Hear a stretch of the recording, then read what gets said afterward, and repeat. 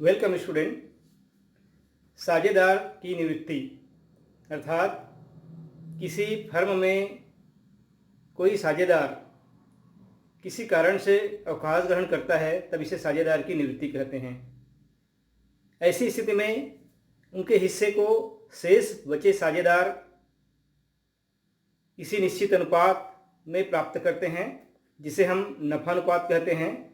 तो आज हम इसी पर आधारित प्रश्न हल करेंगे जिसमें एक साझेदार का रिटायरमेंट होता है और शेष बचे साझेदार उनके हिस्से को किसी अनुपात में प्राप्त करते हैं। तो उसकी गणना कैसे की जाती है। साझेदार का अवकाश ग्रहण पर आधारित ये प्रश्न ये एनसीईआरटी का प्रश्न है और परीक्षा में इसको पूछे जाते हैं, तो आप अच्छे से ध्यान दीजिएगा। कुमार, लक्ष्य और मनोज तथा नरेश लाभ को 3:2:1:4 में बांटते हैं। कुमार अवकाश ग्रहण करता है, उसके भाग को लक्ष्य और मनोज के द्वारा 3:2 में लिया जाता है। नया अनुपात एवं नफा अनुपात ज्ञात कीजिए। कुमार अवकाश ग्रहण करता है,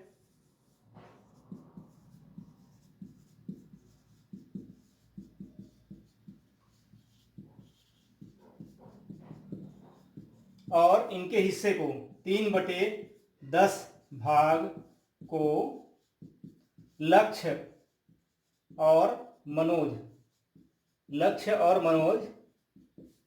3:2 में प्राप्त करते हैं।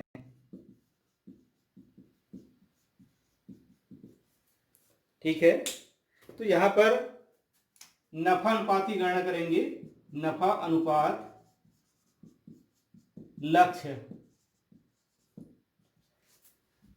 अवकाश ग्रहण करने वाला साझेदार कुमार और इसके हिस्से को प्राप्त करेंगे 3/10 भाग को 3/5 ये लक्ष्य को मिलेगा। तो यहाँ पर 9/50 हो गया। इसी प्रकार से मनोज कुमार का जो हिस्सा है 3/10 उसका 2/5 भाग प्राप्त करेगा, तो ये 6/50। इस प्रकार से 9/50 और 6/50 तो अनुपात बन गया 9:6। ये नफा अनुपात हुआ। ठीक है, लेकिन नरेश का नफा अनुपात कुछ भी नहीं रहता, अतः हम इसको 9:6 हम शून्य कह सकते हैं। ठीक है, अब हम नए अनुपात की गणना करेंगे। नए अनुपात की गणना, नए अनुपात की गणना सूत्र है नया अनुपात बराबर पुराना अनुपात धन नफा अनुपात। तो यहां पर लक्ष्य के लिए नया अनुपात क्या होगा, उसका पुराना देखो। लक्ष्य का पुराना अनुपात 2/10 धन नफा अनुपात 9/50।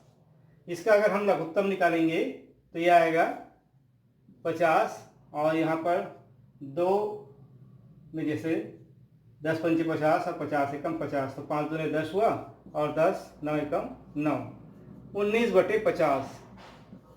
और मनोज का देखिए,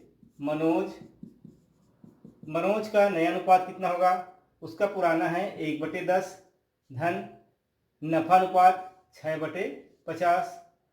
इसका लघुत्तम निकालेंगे तो 50 आएगा।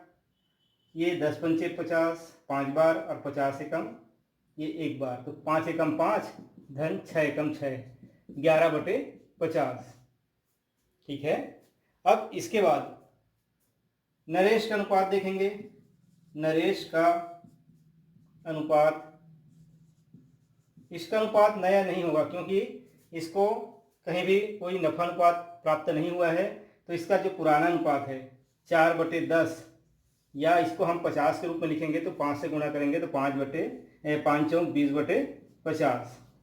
तो इस प्रकार से अनुपात बना नया अनुपात 19/50, 11/50 और 20/50, या हम इसको इस प्रकार से लिख सकते हैं 19:11:20। तो इस प्रकार से यह सवाल कंप्लीट होता है। तो बच्चों, इस प्रश्न के माध्यम से हमने नफा अनुपात और नए अनुपात की गणना को भली भांति सीखे हैं।